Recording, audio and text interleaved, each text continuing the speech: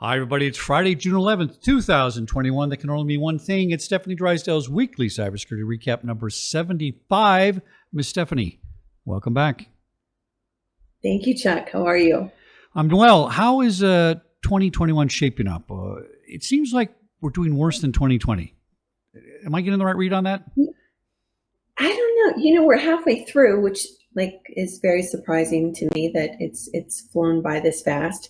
But things are starting to open here in Chicago, so you're not going to get any complaints from me. The weather's been beautiful. I sense what you sense with the uneasiness in the world, but I think overall we're going in the right direction. At least I hope. All right, that's good. But in the cyber world, perhaps not, as usual. So tell us what's going on. Yeah, the cyber world just always has its fun, never a dull moment. This week, ZDNet shared an article called "This is How Fast a Password Leaked on the Web Will Be Tested Out by Hackers." It cited an ominous statistic that half of accounts compromised in phishing attacks are manually accessed within 12 hours of the username and password being leaked. So of those, 20% were accessed within an hour, and 40% were accessed within 6. So one of the best protections that you can use to prevent this is multi-factor authentication. So just adding that additional layer of verification to the old username password combo makes a huge difference. So, and be sure to stay informed of breaches and compromises. Change your password quickly should one occur. And please never, ever, ever reuse your passwords.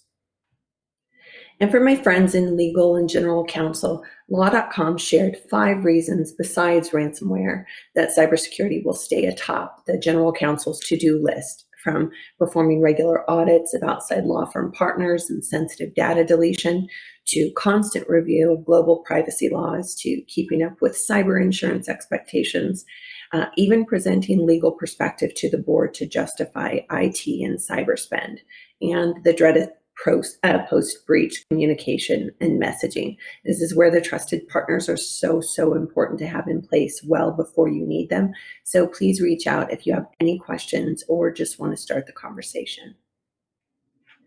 Daily Beast shared an article titled "Nashville Lawyer Terrorized Her Ex with Insane Cross-Country Stalking Campaign." This was a long and painful experience. The victim did everything to physically distance himself from his abuser, but digitally she was still able to reach him wherever he went. So this was a really important story as it cited a higher incidence of violence by women if the relationship had been intimate, coupled with a concerning lack of priority by law enforcement for a male victim. So only after the new girlfriend of the victim was targeted did they get the support that they needed to stop the stalking. So while there are many ways to hide online behind obfuscated accounts, if you or your principal have been targeted in any way, there are ways to identify and capture the harassing behavior to make a more compelling case for law enforcement. So please reach out if you need support. Among Sheriff Cybersecurity Automation shared Yahoo Finance article titled "Jackware, a new type of ransomware, could be 10 times as dangerous. Unlike ransomware, which encrypts Windows computers and servers, Jackware is going to hijack the actual physical device in the machines, and even the tiny little computers that add connectivity and smart features to the appliances and things that we take for granted.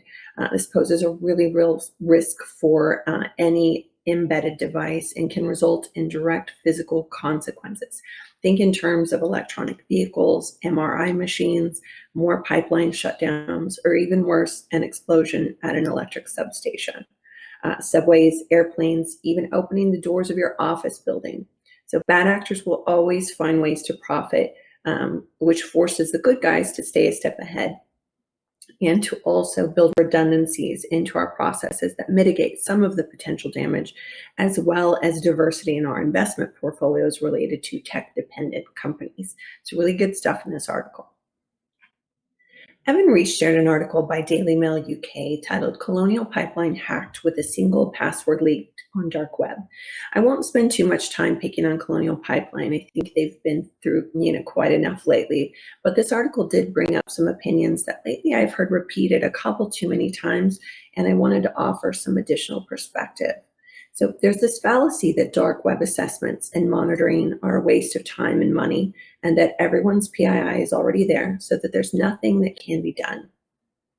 So while a part of that I will agree with, that dark web sellers don't often respond to polite takedown requests of someone's stolen credentials, it's still really important to know exactly what information has been exposed, when it was taken, who it was taken by, and if there's chatter creating demand for information related to you or your company. So example, if you suffer a breach and suddenly become bombarded with lawsuit threats by account holders or clients, it can greatly help with your mitigation efforts to know that the victim's PII was already exposed in some prior breaches, or that there may not be any PII exposure at all. Now, it may also help to know that employees are using their work emails for their personal online accounts, thus prompting the need to address best practices in your security awareness training. In our industry, information is as good as gold, both for the attackers as well as defenders. So really, really important to know what exists out there on you and your company. And that's what I have for you all this week. I hope everyone is doing well and enjoying the end of the school year and the beginning of summer. And I look forward to seeing you all next Friday.